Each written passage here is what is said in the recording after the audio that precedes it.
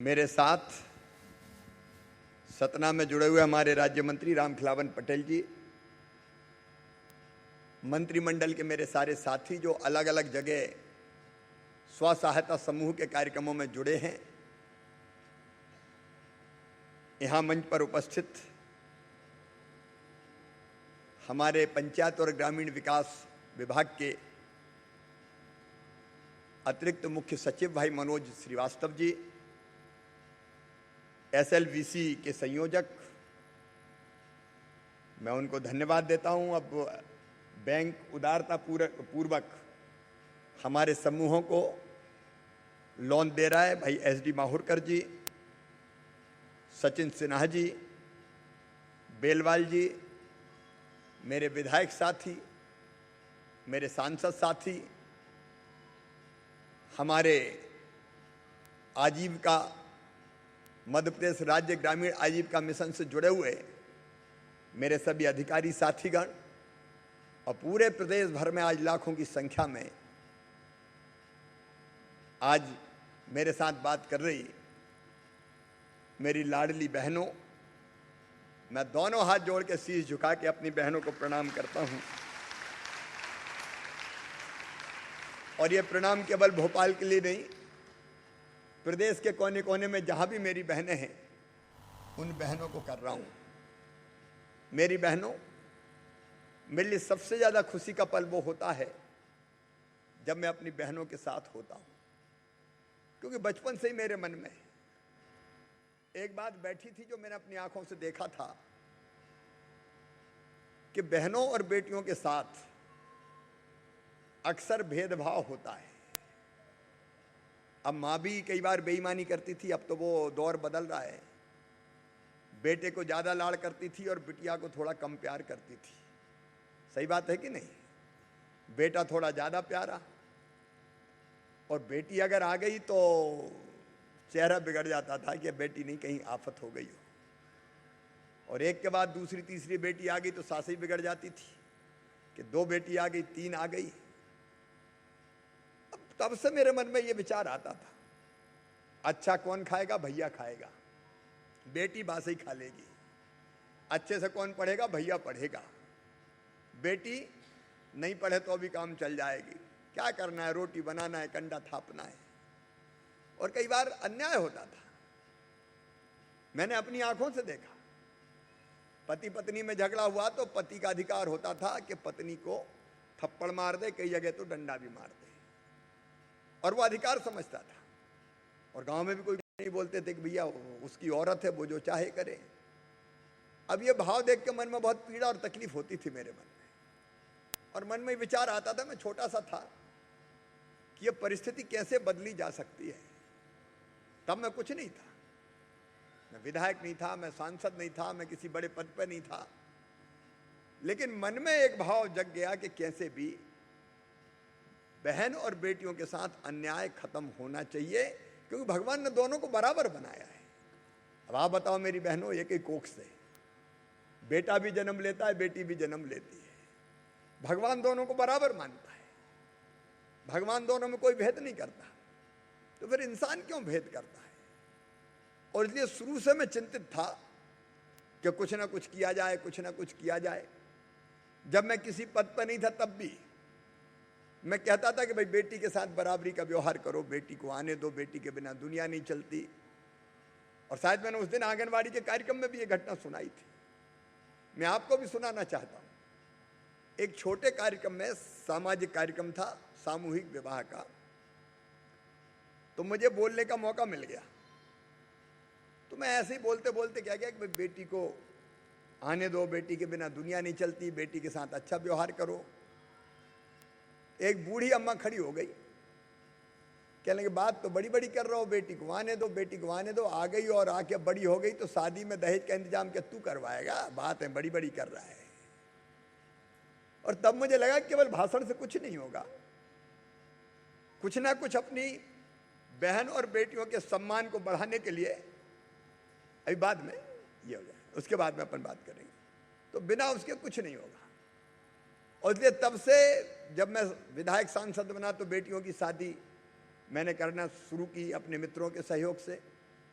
और मैं संक्षेप में ये बताना चाहता हूं कि मेरे दिल में ये बात आई, तो मैंने बेटियों के लिए बेटी बोझ ना रहे, बिटिया वरदान बने, इसके लिए कोई योजना बनना चाहिए।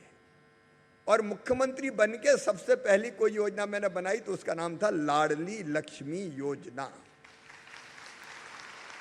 और वो योजना बनाने में भी बड़ी तकलीफ का सामना करना पड़ा। कहा इतने पैसा लगेंगे, बजट का इतना जाएगा, अफसर, वित्त विभाग के तत्कालीन मंत्री।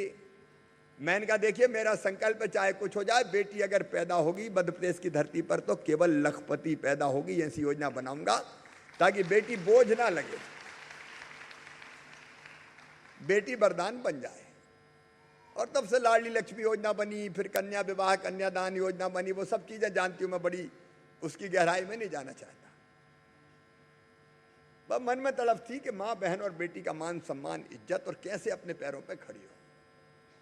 तो कई योजनाएं, बेटी पैदा हो तो लाडली लक्ष्मी, स्कूल जाए तो किताबें, दूसरे गांव जाए तो साइकिल, 12वीं में अच्छे नंबर लाए तो गांव की बेटी कहलाए, कॉलेज की पढ़ाई के लिए 5,000 रुपये हर साल और पाए, उच्च शिक्षा मेडिकल कॉलेज इंजीनियरिंग कॉलेज में अगर बेटियों का एडमिशन हो और गरीब घर से है तो उनकी फीस भी मम्मी पापा नहीं भरवाए, मामा भरवाए, भारतीय जनता पार्टी की सरकार भरवाए। फिर बेटा बेटी को जन्म दे तो जन्म देने के पहले 4,000 गरीब बहनें संबल में आती है और जन्म देने के बाद 12,000 दें ताकि लड़ुआ भी खाने मिल जाए। एक नहीं, ऐसी अनेकों चीजें।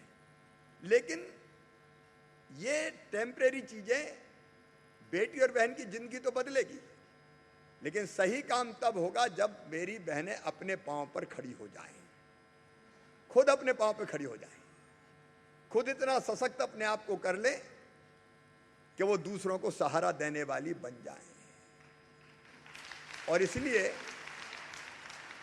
आज हमने सामने लिखा है सशक्त नारी सशक्त प्रदेश। बिना मां बहन और बेटी की सशक्तिकरण के प्रदेश भी सशक्त नहीं बन सकता। और इसलिए कैसे सशक्तिकरण का काम हो, और तब मेरे ध्यान में आया महिला स्व सहायता समूहों का काम। और मुझे लगा कि सचमुच में अकेली एक बहन शायद सब कुछ ना कर पाए, लेकिन अगर 10 बहनें इकट्ठी हो जाए और रुपया भी इकट्ठा करे तो बूंद बूंद से घट भर जाए और नया काम प्रारंभ हो जाए। हम शायद अकेला इतना नहीं कर सकते थे, लेकिन साथ मिलकर कर सकते हैं। मुझे और एक छोटी सी कहानी याद आ रही है। संगठन में शक्ति होती है, आपने भी पढ़ी होगी, बाप और बेटे की कहानी, जिसमें बेटे अलग अलग लड़ते थे, भिड़ते थे, इकट्ठे नहीं रहते थे। तो पिता ने उनको समझाने की कोशिश की और उनने सबके हाथ में एक एक लकड़ी दी और पतली सी लकड़ी थी, बोले इसको तोड़ो। तो अलग अलग बेटों ने तोड़ दिया। फिर लकड़ी बांध के उनने एक गट्ठा बना दिया उसका, और फिर कहा कि अब इसको तोड़ो। तो अकेली लकड़ी तो तोड़ दी, लेकिन गट्ठा में जो लकड़ी जब साथ आ गई तो वो लकड़ी नहीं तोड़ पाए, गट्ठा नहीं तोड़ पाए। हम अकेले शायद बहुत बड़ा काम ना कर पाए, लेकिन समूह में अगर इकट्ठे हो गए तो हम चमत्कार करके दिखा सकते हैं, और दिखा रही मेरी बहनें, जैसा आज साफ दिखाई दे रहा है। और इसलिए महिला स्व सहायता समूह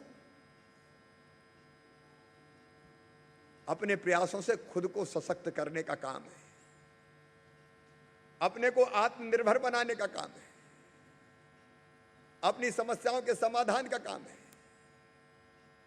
और केवल अपने लिए नहीं, बाकी बहनों को, और जो बहनों ने गाथाएं सुनाई, कहानी सुनाई, उनको भी और सशक्त करने का काम है। अब मेरी बहन साधना वगैरह बता रही थी कि पतिदेव को भी नौकरी मिल गई। ये समूहों का ही चमत्कार है। और एक बात और आज मैं कहना चाहता हूं, मैं हमेशा कहता भी हूं कि भारत में मां बहन और बेटी को अत्यंत सम्मान की नजर से देखा गया है। देखो, अपने यहां अगर भगवान राम का नाम लेना हो तो पहले कौन का नाम लेना पड़ता है? कौन का लेना पड़ता है? सीता के बिना राम का नाम लेते हैं क्या? पहले सीता, बाद में राम। कृष्ण का नाम लेना हो तो पहले किसका लेते हैं? राधे कृष्ण। और शंकर जी का नाम लेना हो तो पहले कौन का लेते हैं? गौरा माई, गौरी शंकर। तो ये तो पहले से ही हमारे यहाँ माँ और बहनों को अतिरिक्त महत्व दिया गया है। हमारे यहाँ कहा भी गया कि यत्र नार्यस्तु पूज्यन्ते रमन्ते तत्र देवता। भगवान वही निवास करेंगे जहाँ माँ बहन बेटी को मान सम्मान और इज्जत की नज़रों से देखा जाएगा। ये भारत का सोच है। बीच में सोच गड़बड़ हो गया था और सबला अबला बन गई थी, लेकिन महिला स्व सहायता समूह ने अब बहनों को आगे बढ़ाने का रास्ता और तेजी से साफ किया है। आज तो मैं आपको धन्यवाद दे रहा हूँ। जब कोरोना काल में हमें पीपीई किट की जरूरत पड़ी, हमें मास्क की, सैनिटाइजर की जरूरत पड़ी, तो मुझे कहते हुए गर्व है मेरी बहनों, आपने पीपीई किट भी बनाया, आपने मास्क भी बनाया, आपने सैनिटाइजर भी बनाया, आपने साबुन भी बनाया और सरकार की कोरोना काल में ऐसी मदद की कि जिसके कारण हमें बड़ा सहारा मिला। नहीं तो पुलिस वाले भाइयों के पास, डॉक्टरों के पास, पैरामेडिकल स्टाफ के पास ये सामान नहीं थे, तो हम दूसरों पे अवलंबित नहीं रहे। हमारी बहनों ने ये सब चीजें बना के चमत्कार किया। और न केवल चमत्कार किया बल्कि कोरोना के मामले में भी जन जागृति का जबरदस्त काम किया। और अब मुझे खुशी है कि वो समाज को बदलने के काम में लगे। अब बहन अगर 10वीं तक पढ़ी थी तो 12वीं कर ले और कॉलेज की पढ़ाई कर ले, पति को भी पढ़ा दे और बच्चों को भी पढ़ाए। देखो, अगर शिक्षित है माँ तो पूरे परिवार को तार देती है, वो पूरे परिवार को आगे बढ़ा देती है। वो और शिक्षा के महत्व को भी आपने समझाने का काम किया। आज मैं, कुछ बहनों ने अपनी कहानी सुनाई, लेकिन 2-3 नाम और लेना चाहता हूं।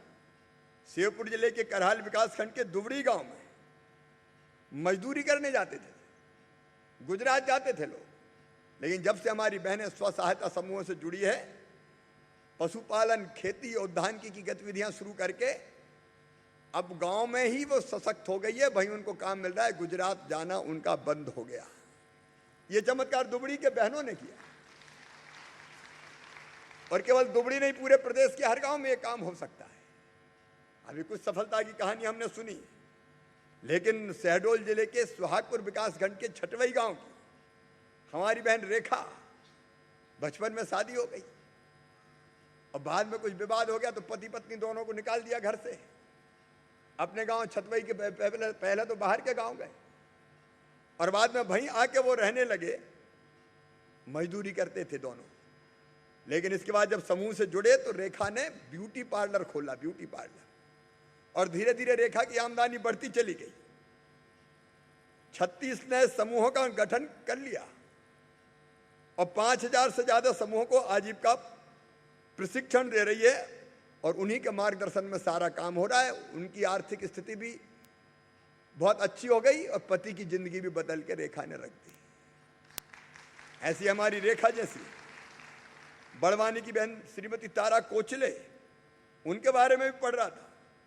बड़वानी जिले की भीलखेड़ा की रहने वाली, 2011 तक जैसे तैसे सिलाई करके काम धंधा चलाती थी, लेकिन उसके बाद समूह से लोन लेके मनिहारी की दुकान शुरू करी, फिर बैग निर्माण, साड़ी निर्माण, एक साथ काम शुरू किया और फिर पीछे मुड़ के नहीं देखा, लोन लिया और उसके बाद आज अच्छी आमदनी हुई तो पक्का मकान भी बन गया। छोटी पढ़ाई पूरी की, बेटे बेटी को पढ़ा रही है। तारा जी को लगातार 3 बार लोन मिला है और उनने मुझे बताया कि अब तो उन्होंने स्कूटी भी खरीद ली है। आजीविका मिशन ने उनकी जिंदगी बदल दी है। ऐसी एक नहीं कई कहानियां हैं सफलता की। जब ऐसे उदाहरण आते हैं तो मन प्रसन्नता से गदगद हो जाता है। मेरी बहनों, अभी इस काम की शुरुआत है। अभी हमारी 33 लाख बहनें समूहों से जुड़ी है और 33 लाख में से भी मैं ये कहूँगा कि आधे समूह बेहतर काम कर रहे हैं, बाकी समूहों को भी सक्रिय करने की जरूरत है। और अब हमको केवल 33 लाख तक नहीं जोड़ना। मेरा संकल्प है, जो आप बहनों के साथ मिलकर पूरा करूंगा, पूरे प्रदेश की बहनों को स्व सहायता समूह से जोड़ के उनका आर्थिक सशक्तिकरण का काम हमको हर हालत में करना है। बहनें अब मजबूत होंगी, मेरी बहनें मजबूर नहीं होंगी।